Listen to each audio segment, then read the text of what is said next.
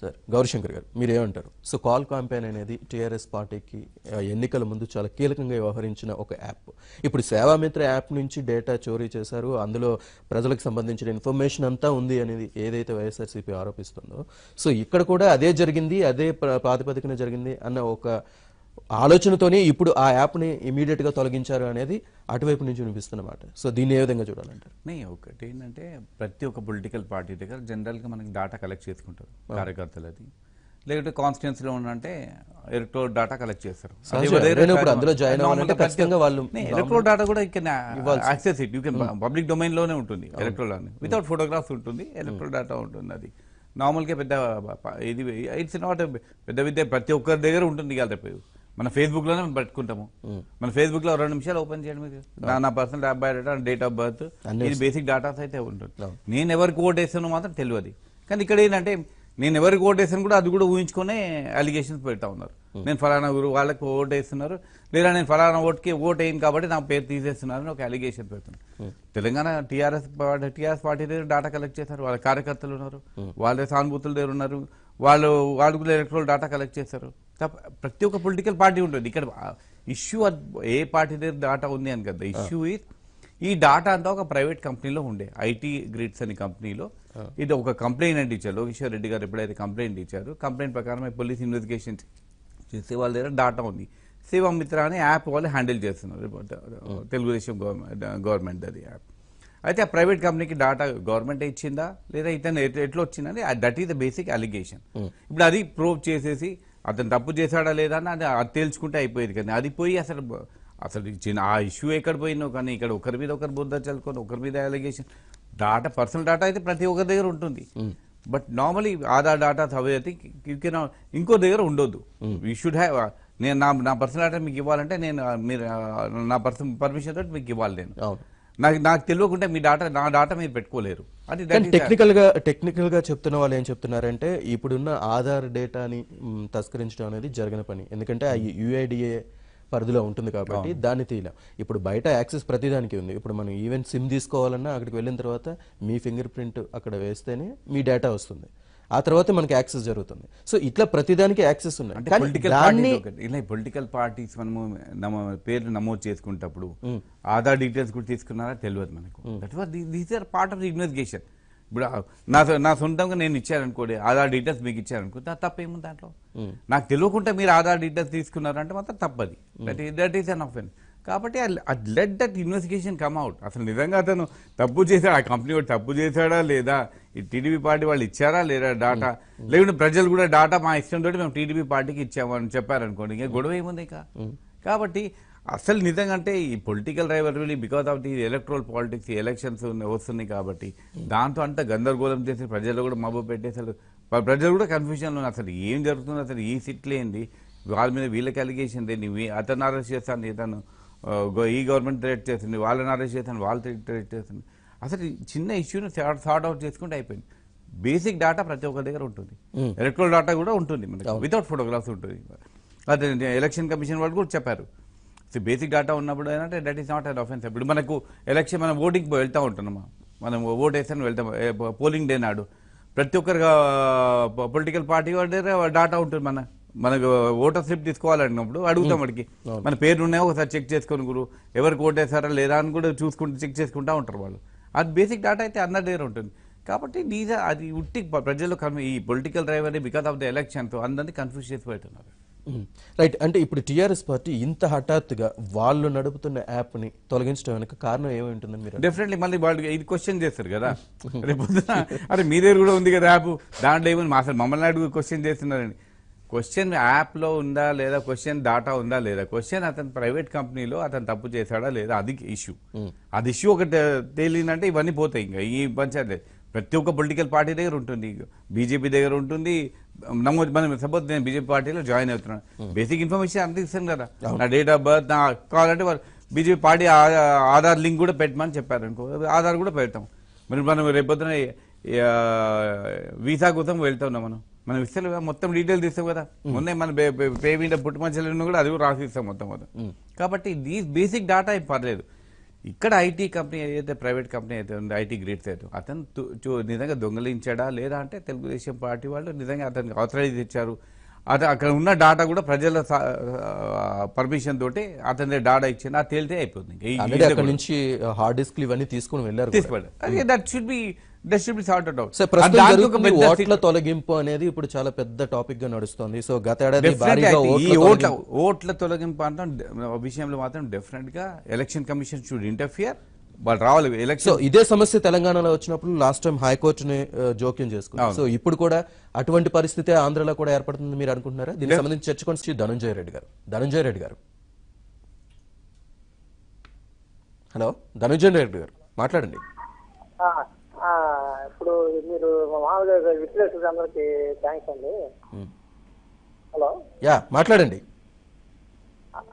మీరు ఇప్పుడు ఛానల్లో చూపిస్తున్నారు, అక్కడ కూర్చున్న వాళ్ళంతా ఏ ఛానల్లో సాక్షి పెట్టి సాక్షి సపోర్ట్ చేస్తుంటారు, ఏబిఎన్ పెట్టి ఏబిఎన్ సపోర్ట్ చేస్తుంటారు. నిజేష్ అనేది ఏ ఛానల్లో చూపిస్తున్నాను లేదండి.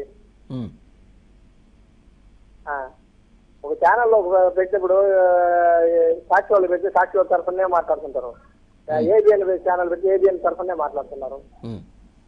రైట్. మీ ప్రశ్నకి మాట్లాడాలా, యథార్థం మాట్లాడితే బాగుంటుంది. ఏదైనా ఇప్పుడు ఇది డేటాకి సంబంధించి అయినా సాక్షి దాంట్లో పెడితే వాళ్ళకి సంబంధించి కరెక్ట్ గానే చెప్తున్నారు. ఏబిఎన్ చెప్తే ఏబిఎన్ వాళ్ళు కరెక్ట్ గా చెప్తుంటారు. ప్రజలు ఫస్ట్ కొద్దిగా ఇబ్బంది పడుతున్నారు కదా, ఏది కరెక్ట్ ఏది అనేది. రైట్. మీ ప్రశ్నకి గౌరీశంకర్ గారు సమాధానం చెప్తారు. మరో కాలర్ ఉన్నారు, శ్యామ్ గారు. సార్ మాట్లాడండి. హలో సార్, తెలంగాణలో కుటుంబ సర్వే అని చేశారు సార్. హలో వినిపిస్తుంది, మాట్లాడండి. సార్, తెలంగాణలో కేసీఆర్ వచ్చాక కుటుంబ సర్వే చేశారు, సమగ్ర సర్వే. అయితే ఆ సర్వే వచ్చేసరికి ప్రైవేట్ వాళ్ళు చేశారు. వాళ్ళు ఎవరో ఏంటో ఐడి కార్డ్స్ కూడా లేదు. అలాంటప్పుడు తెలంగాణ వాళ్ళ ఎంతమంది ఇన్ఫర్మేషన్ లీక్ అయింది, ఆధార్ డీటెయిల్స్ తీసుకున్నారు, బ్యాంక్ అకౌంట్ డీటెయిల్స్ తీసుకున్నారు, ఏమేమి పత్రికలు వచ్చాయి అన్ని డీటెయిల్స్ తీసుకున్నారు. అలాంటి డీటెయిల్స్ తీసుకొని ఒక ప్రైవేట్ కాలేజ్ వాళ్ళకి ఇచ్చి ఎంట్రీ చేయమని చెప్పారు. అయితే ఇప్పటి వరకు మాది డేటా ఇంతవరకు సెక్యూరిటీ ఉన్నట్టు, ఈ సెక్యూరిటీ లేని డేటా గురించి మాట్లాడకుండా సెక్యూరిటీ ఆల్రెడీ ఒక యాప్ క్రియేట్ చేయాలంటే మనం ఆల్రెడీ పర్మిషన్స్ చాలా ఉంటాయి. ఆ పర్మిషన్ ఉన్న దానికే అలిగేషన్ చేస్తున్నప్పుడు ఇది ఎవరు చేశారు ఏంటో కూడా తెలియంది, ఏ ఇన్ఫర్మేషన్ మాది లీక్ అవుట్ అయింది, ఎంతవరకు లీక్ అవుట్ అయింది, మాకు ఎలా తెలియాలి? రైట్ శ్యామ్ కుమార్ గారు. మరో కాల్ ఉన్నారు, ప్రసాద్ గారు. నమస్కారం అండి. ఏబిఎన్ వాళ్ళకి నమస్తే అండి. సార్, మీ ఏబిఎన్ ఆంధ్రజ్యోతి ఛానల్ అంటే మాకు చాలా ఇంట్రెస్ట్ అండి. చాలా ముందు ఫస్ట్ మేము పొద్దున్న లేవగానే అదే ఛానల్ చూస్తాం. ఒక్క సూచన అండి మీకు, నేను ఆ విశ్లేషకుడితో నేనే మాట్లాడేది ఏం లేదు కానీ, మీరు ఆంధ్రప్రదేశ్ మీద విశ్లేషణకి తెలంగాణను తీసుకొని వచ్చి మమ్మల్ని చాలా అవమానిస్తున్నారండి. వాళ్ళకి నిలువెల్లా నరాన ఆంధ్ర వ్యతిరేకత అనేది ఉంది. లేదు ప్రసాద్ గారు లేదు అనలిస్ట్ అనేవారు ప్రతిదాని కోసం అనలైజ్ చేస్తారు. మీరు ప్రతిదాన్ని మీరు వాళ్ళు తెలంగాణ గురించి వాళ్ళకి విశ్లేషణ పెట్టండి. ఆ తెలంగాణ వాళ్ళకి ఈ విశ్లేషకులు కూడా నరాన ఆంధ్ర ద్వేషం ఉందండి. మేము దయచేసి మీకు చేతులెత్తి వేడుకుంటున్నాం. మమ్మల్ని మీ ఛానల్స్ వస్తున్నందుకు మమ్మల్ని ఇబ్బంది పెట్టి మమ్మల్ని ఆవేదన గురి చేయొద్దని. ప్రసాద్ గారు ప్రతి వాయిస్ వినిపించాల్సిన అవసరం ఉంటుంది. విశ్లేషకులు కూడా ప్రతి దాని మీద విశ్లేషణ చేస్తారు. సో దాన్ని మీరు ఏ కోణంలో ఆలోచిస్తున్నారనేది మీరు కొంచెం ఆలోచించండి. ప్రతిదాన్ని ఒకే కోణంలో ఆలోచిస్తే అట్లాగే అనిపిస్తుంది. విశ్లేషణ వాళ్ళు అటువైపు చేస్తారు, ఇటువైపు చేస్తారు, రెండు వైపులు చేస్తారు. సో వాళ్ళని మనం బ్లేమ్ చేయడం అనేది తప్పు. రైట్. మరో కాలర్ ఉన్నారు, బాబు గారు. హలో బాబు గారు మాట్లాడండి. బాబు గారు వినిపిస్తుందా? సార్ నమస్తే అండి. మాట్లాడండి సార్. ఇది ఈ ఎఫ్ ఫామ్ అనేది ఇంత దుర్వినియోగం కావటానికి కారణం ఈ వ్యవస్థ లోపమా, లేకపోతే అసలు ఈసీ వాళ్ళదా, ఎవరు ప్రాబ్లం ఏంటో అర్థం కావట్లేదండి. అసలు మామూలుగా ఈ ఓటు అనేది ఈ ప్రజల యొక్క ప్రాథమిక హక్కు అండి. అది దాన్ని దుర్వినియోగం చేసే హక్కు ఎవరికి లేదండి. సో ఇప్పుడు ఈ 8 లక్షల ఓట్లు అంటే ఏ పార్టీ ఏందనేది పక్కన పెడదామండి. సో ఇప్పుడు ఏ పార్టీ ఏందనేది పక్కన పెడదాం. ఇప్పుడు బలవుతుంది ఎవరండి? మామూలుగా జనరల్ పబ్లిక్ ఏనండి, జనరల్ పబ్లిక్. ఇప్పుడు దీనికి సంబంధించి ప్రతి ఒక్కరు కూడా ఓటు వేయటానికి గాను ఎటువంటి చర్యలు తీసుకోబోతున్నారు ఏంటనేది తెలియాలండి. లేదు అంటే ఈ అసెంబ్లీ ఎలక్షన్స్ ని పోస్ట్ పోన్ అన్న చేయాలండి. నా కోరిక అదే అండి. ఎందుకంటే ఇప్పుడు ఏ పార్టీ వాళ్ళు ఇప్పుడు ఇంతకు ముందు ఎప్పుడు చూడనంత ఘోరాతి ఘోరంగా చూస్తున్నామండి ఈ పాలిటిక్స్ లో. ఎప్పుడు కూడా ఇంత ఘోరంగా మనం చూసి ఉండలేదండి. రైట్ బాబు గారు. సో కాలర్స్ అందరికీ మేము విజ్ఞప్తి చేసేది ఒకటే, ఎవరైనా సరే ఇక్కడికి అనలిస్ట్ వచ్చేవాళ్ళు వాళ్ళకి ప్రాంతీయ భావాలు, ప్రాంతీయ ద్వేషాలు ఇట్లాంటివి ఏమి ఉండవు. వాళ్ళు తెలంగాణ అయినా ఏపీ అయినా సరే 2 రాష్ట్రాలకు సంబంధించి విశ్లేషణ మాత్రమే అందిస్తారు. అంతే తప్పించి తెలంగాణకు ఫేవర్ అని ఆంధ్రాకి ఫేవర్ అని అట్లా ఏమీ ఉండదు. వాళ్ళు విశ్లేషణ ప్రతి జరుగుతున్న విషయాల మీద కూలంకుషంగా వాళ్ళు చర్చించి నిర్ణయాలు తీసుకుని దానికి సంబంధించి మీకేం జరుగుతుందో అనేది విశ్లేషించడానికి మాత్రమే వస్తారు. కాబట్టి వాళ్ళకి ప్రాంతీయత అనేది మాత్రం ఎట్టి పరిస్థితుల్లో అంటగట్టకండి ప్లీజ్, దయచేసి. రైట్, చెప్పండి గౌరీశంకర్ గారు, మీరు ఏమంటారు? అసలు ఓవరాల్గా వాళ్ళు ఏమంటున్నారంటే ఇక్కడ డేటా చోరీ అనేది ఒకటి జరుగుతుంది. సో రక్షణ ఎక్కడుంది, దీనికి ఎవరు బాధ్యత తీసుకోవాలి, ఎక్కడుంది లోపం అనేది? లోపం కాదు. ఇప్పుడు తెలంగాణలో ఇంటిగ్రేటెడ్ సర్వే చేసిండ్రు. నా ఇష్టంతో నేను డేటా ఇచ్చాను.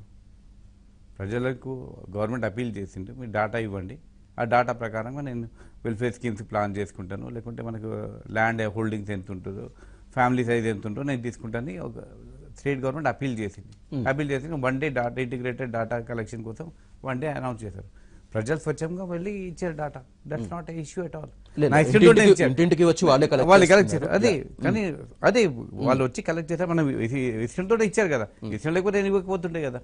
మన ఇష్టంతో మనం ఇచ్చారు. గవర్నమెంట్ అపీల్ చేసింది, we're conducting intensive survey conduct చేస్తున్నాము, మీ డాటా నాకు అవసరం ఉంటుంది, రేపు మాకు ల్యాండ్ అలాట్మెంట్ కానీ పెన్షన్ అలాట్మెంట్ కానీ వెల్ఫేర్ స్కీమ్ ప్లాన్ చేసి కావాలని ముఖ్యమంత్రి గారు అనౌన్స్ చేశారు. కాబట్టి దాని ప్రకారం వెళ్ళింది. ఇక్కడ ఇది ఇష్యూ ఇక్కడ కాదు. అక్కడ కూడా ప్రైవేట్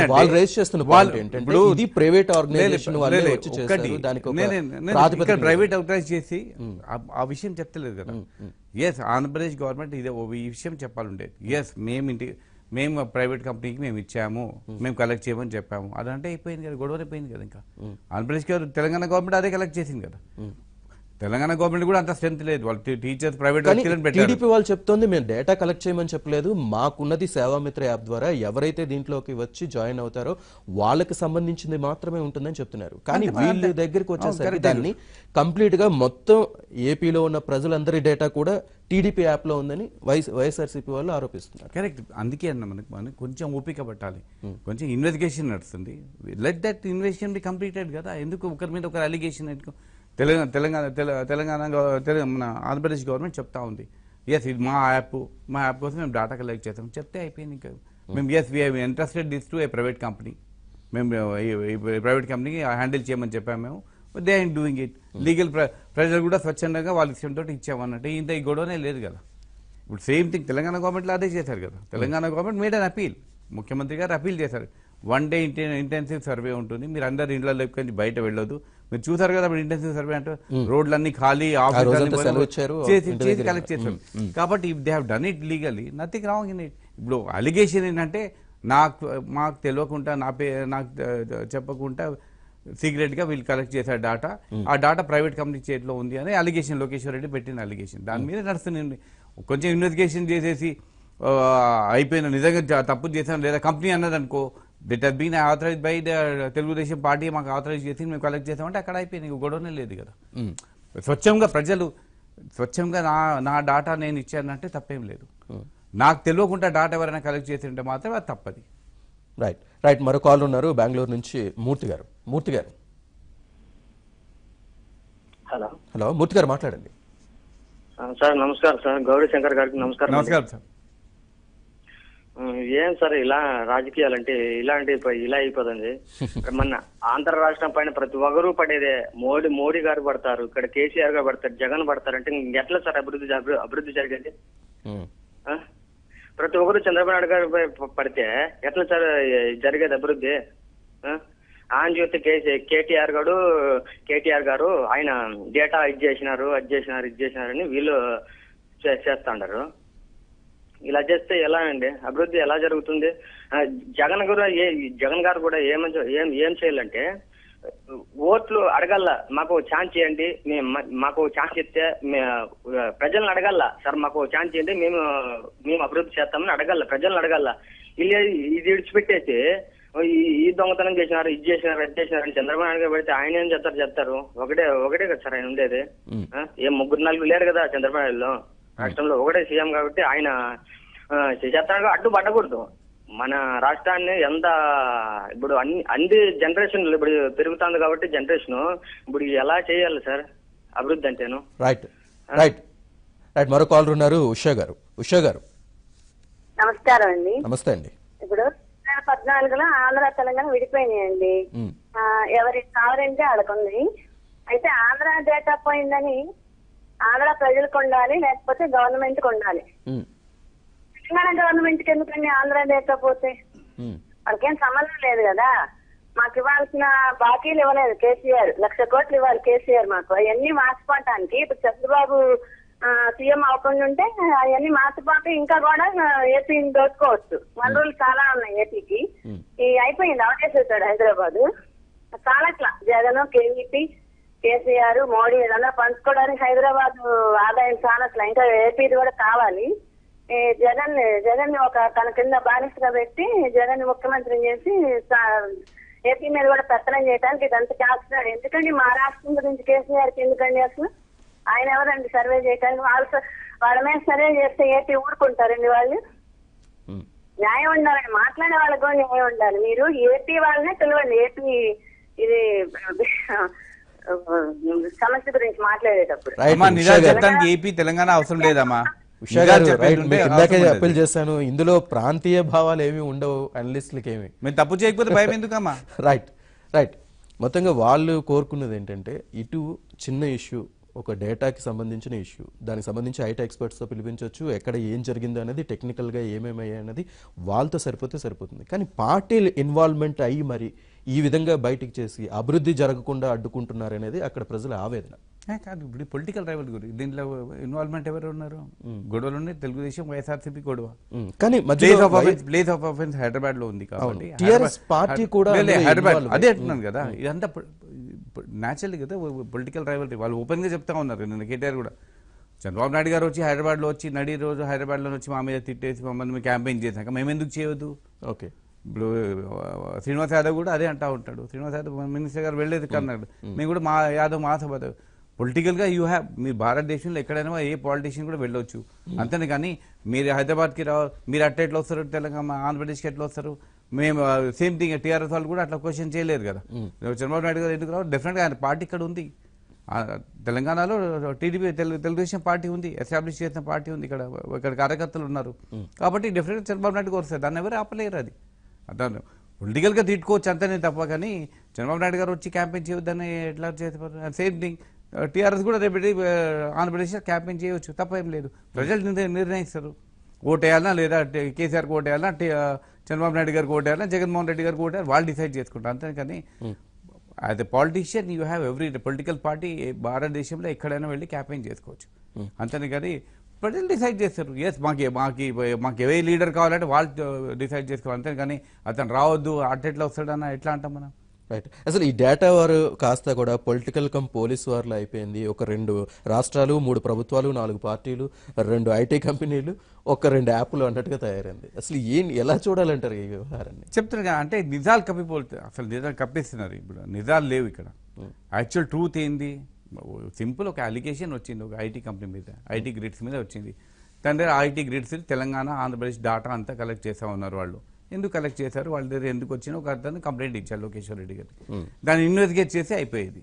ఎస్ ఆ డాటా మన తెలుగుదేశం పార్టీ మాకు ఆథరైజ్ చేసింది, మమ్మల్ని కలెక్ట్ చేయమని చెప్పింది కాబట్టి మేము ప్రాసెస్ చేస్తున్నాం ఆ డాటా. మా duties to process the data చెప్తే అంతే అయిపోతుంది. ఈ గొడవనే లేదు కదా.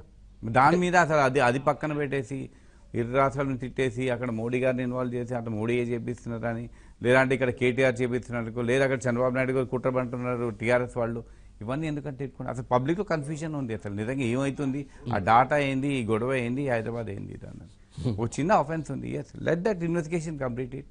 వాళ్ళు చేసిన తప్ప కాదా? లేదు అంటే అయిపోయింది. ఇంకా ఒక తప్పు లేనప్పుడు ఇంకా యాక్షన్ ఏముంటుంది కదా, నథింగ్ ఉండదు. సో ఇప్పుడు జనాలు అక్కడ ఆంధ్రాలో భయపడుతున్నది ఏంటంటే అక్కడ ఉన్న ఓట్లను తొలగించేశారేమో అనేది ఒక ఆందోళన మొదలవుతుంది. ఎందుకంటే ఇక్కడ కూడా మనం అందుకే చూసాం చెప్పాను ఓటర్ ఐడి కార్డ్ పట్టుకుని అక్కడ నేను అందుకే పోలింగ్ బూత్కి చెప్పాను. వెళ్ళిన ఎలక్షన్ తర్వాత అక్కడ కమిషన్ లేవు, ఓట్లు లేవు. ఇంత- కానీ ఇప్పుడున్న ఈ గందరగోళంలో మొత్తానికి అసలు ఓటే లేకుండా అయిపోతే దాన్ని ఏ విధంగా చూడాలి? ఇంత ముఖ్యంగా దీన్ని నేను డెఫినెట్ ఓటింగ్ కి రాని వాళ్ళు చాలా మంది ఉంటున్నారు, మనం చూస్తున్నాం. ముఖ్యంగా చదువుకున్న వాళ్ళు ఖచ్చితంగా ఓటింగ్ కి రారు. ఇటువంటి ఇష్యూ జరిగినప్పుడు దీన్ని ఒక అవకాశంగా తీసుకుని, ఒక అలుసుగా తీసుకుని, ఇట్లాంటివి జరుగుతున్నప్పుడు మేము ఎందుకు వచ్చి ఓటేయాలి, ఇట్లాంటివన్నీ జరుగుతున్నాయి కాబట్టి మేము ఓటేయట్లేదు, మేము హ్యాపీగా ఆ రోజు సెలవిస్తారు కాబట్టి ఏ సినిమాకో ఏ పార్కో మేము పోతాం అన్న పరిస్థితికి వచ్చి ఓటింగ్ పర్సంటేజ్ కూడా పోయే ఛాన్సెస్ ఉన్నాయి కదా. లేదు, తప్పు అని ప్రతి ఒక్క ఓటర్ వాళ్ళ ఓటు హక్కు ఉపయోగించుకోవాలి. అండ్ సెకండ్ థింగ్, ప్రతి ఒక్కరు ఓటర్ కూడా చెక్ చేసుకోవాలి ఓటర్ డాటాలు, వాళ్ళ పేరు నమోదు ఉందా లేదా, తీసేశారంటే ఎవరు తీశారు, ఎట్లా తీశారు, ఇమీడియట్గా ఎలక్షన్ కమిషన్ ఇన్ఫార్మ్ చేయాలి. బికాజ్ ఇంత గందరగోళం జరుగుతున్నప్పుడు ఎలక్షన్ కమిషన్ కూడా should come out, chief electoral officer కూడా ఇమీడియట్గా వచ్చేసి ప్రెస్ కాన్ఫరెన్స్ పెట్టేసి తను చెప్పాలి, ఎవరైనా ఓట్లు ఇట్లా పేర్లు పోయినాయా, ఓట్ల నమోదు లేదని వాళ్ళ పేర్లు తీసేశారని తెలిస్తే మాకు ఇన్ఫార్మ్ చేయండి, మళ్ళీ వాళ్ళకి ఓటు హక్కు కల్పిస్తాము. కొంచెం ఆలస్యమైన పర్లేదు, ఇంక ఎలక్షన్ పోస్ట్పోన్ చేసిన వల్ల కానీ ఇదంతా రెక్టిఫై చేసుకోవాలి. ఎవరి ఓటు హక్కు కూడా తీసే హక్కు ఎవరికి లేదు. కాబట్టి I think election commission should interfere now. గతంలో కూడా సేమ్ ఇష్యూ తెలంగాణలో వచ్చినప్పుడు ఇక్కడున్న కాంగ్రెస్ పార్టీ కూడా అదే డిమాండ్ చేస్తుంది, ముందుగా ఓట్లది ఏమైతే పోయాయో ఆ ఓట్లను సరిచేసిన తర్వాత మీరు ఎలక్షన్స్కి వెళ్ళాలని. కానీ మామూలుగా ఎన్నికల కమిషన్ యాజ్ యూజువల్ గా ఎలక్షన్స్కి వచ్చింది, ఆ తర్వాత వాళ్ళు ఒక స్టేట్మెంట్ ఇచ్చారు.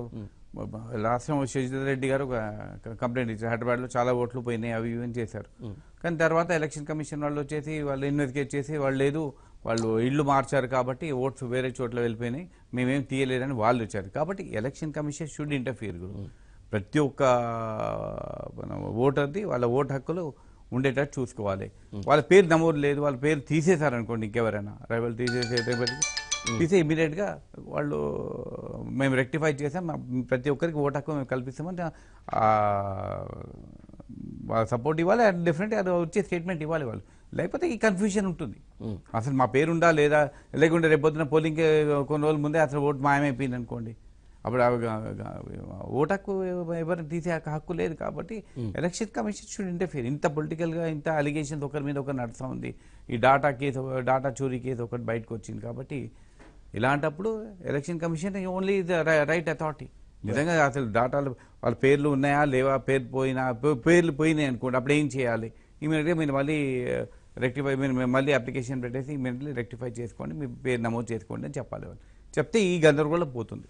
సో పొలిటికల్ రైవలరీ ఇచ్చిపెట్టండి. పొలిటికల్ రైవలరీ తెలంగాణ కాంగ్రెస్కి తెలంగాణ లీడర్స్ కాంగ్రెస్ అక్కడ టీడీపీ వాళ్ళని తిట్టి, టీడీపీ వాళ్ళని ఇక్కడ తిట్టి, వీళ్ళు వెళ్ళి జగన్మోహన్ రెడ్డిని తిట్టి మోడీ గారిని ఇన్వైట్ చేయడం, ఇవన్నీ పొలిటికల్ స్టేట్మెంట్స్ డిఫరెంట్.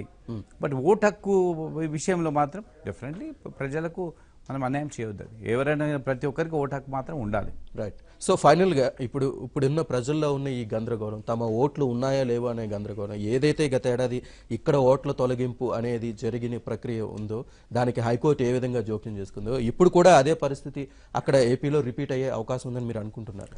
హైకోర్టు దాకా అవసరం లేదండి. Election commission should now come out. ఇంత ఓపెన్గా మీడియాలో వస్తూ ఉంది వార్తలు, ప్రతిరోజు ఒకరి మీద ఒకరు అలిగేషన్స్ ఓట్లు తీసాను. కాబట్టి election commission should immediately interfere. ఎవరు ఓటు పోయిందా లేదా మీరు చెక్ చేసుకోండి, మీ ఓటుకి పోయింది అనుకోండి, కనబట్టలేదు, మీ పేర్లు కనబట్టలేదు, మీరు నమోదు చేసుకోవచ్చు అని అది ఆశ్వాసం ఒకటి ఇచ్చేసి అయిపోతుంది, గొడవ పోతుంది. Right. Thank you very much Gauri Shankar గారు పబ్లిక్ పాయింట్కి వచ్చి చర్చలో పాల్గొన్నందుకు. ఇది వాటి చర్చ. చూస్తూనే ఉండండి ABN ఆంధ్రజ్యోతి.